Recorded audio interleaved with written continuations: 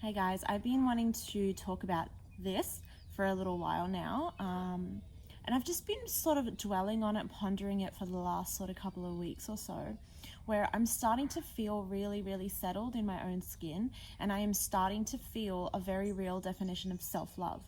And this is something that I will say, struggled with for a very long time, because I do have a history of self-harm and self-destructive behavior, and that went on for a really long time. And coming away from that and healing from that, plus a bunch of other sort of mental health issues and medication related issues,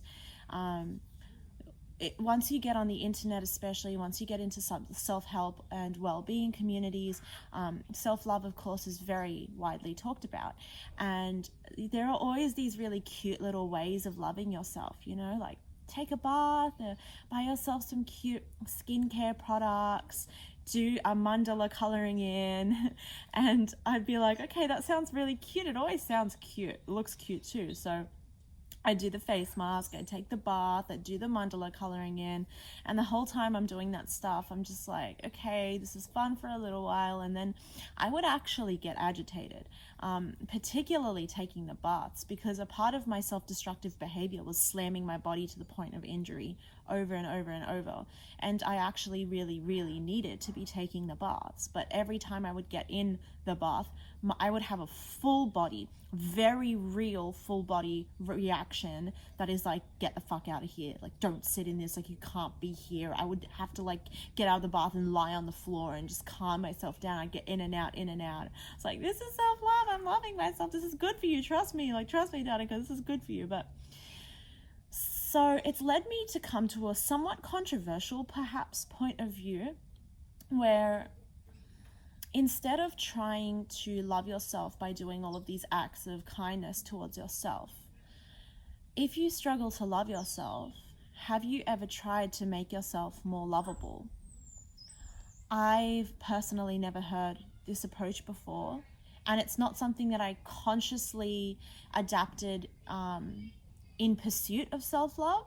It's something that I consciously adopted in pursuit of just being a better person, full stop. Okay, so by that I mean I would have all of these people that I looked up to, all of these qualities that I wished that I could embody or that I admired in another person. And the way I want to really bring this home is, think of your partner, your best friend, or someone, or the qualities that you look for in a partner or a best friend or any sort of close relation.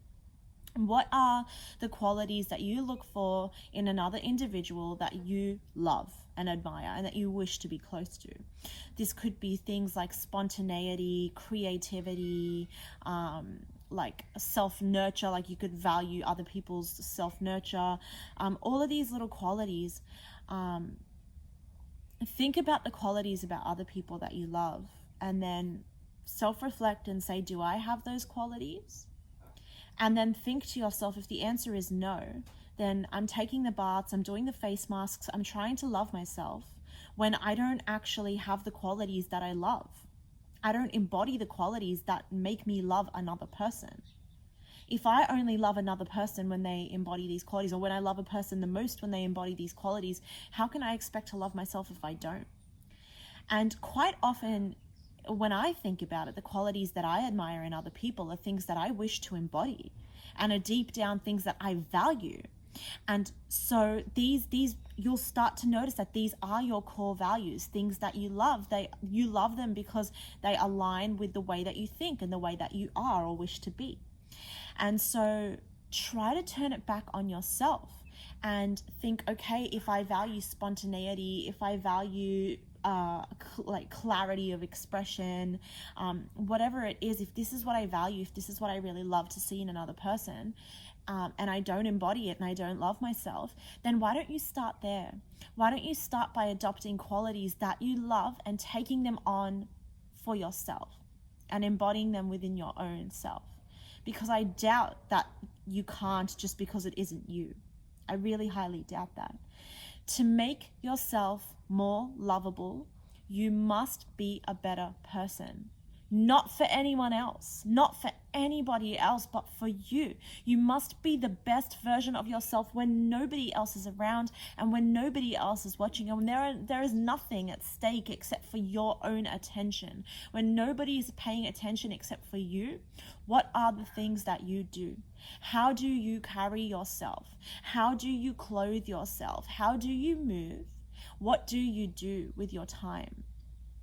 If you can start to eliminate processes and thought patterns and behaviors that are dirty and icky and that you wouldn't want other people to see, inherently you will start to love the way that you are being. And this has happened to me. The more I ditch stress and external bullshit, the less I worry about university and what I'm going to do for a career and what people are going to see on Instagram, the less I worry about all of that shit, and the more I think to myself, for me, it's all about devotional living. Devotional living. How can I live in a way that is devotional? How can I live in a way that honors the fact that I am here in this body, in this world, in this part of this beautiful planet? How can I pay my respects to the powers that be, to the beings that watch over me?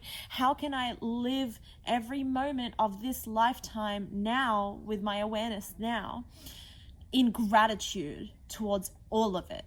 How can I do that? And so when I've started living this life of reverence and making sure that everywhere I look and everywhere that I place my hands and everywhere that I step is fueled with as much intention that I can possibly muster up, I've started to sit so comfortably with myself, and I do feel like my own best friend. I really enjoy my own company, and this space in isolation has really given me that.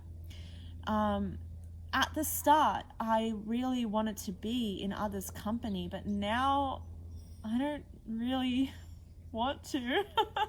I want to stay right here. There's so much to do here. So really start to think about it. If you're finding yourself hard to love, think about being a better person. And this might look like, I'm not talking about vanity. I'm not talking about getting up and just make sure just make sure that everything that you're doing is for you and no one else. Even if no one else sees it, you are your best when you're with yourself, and then you cannot help but love the way that you are.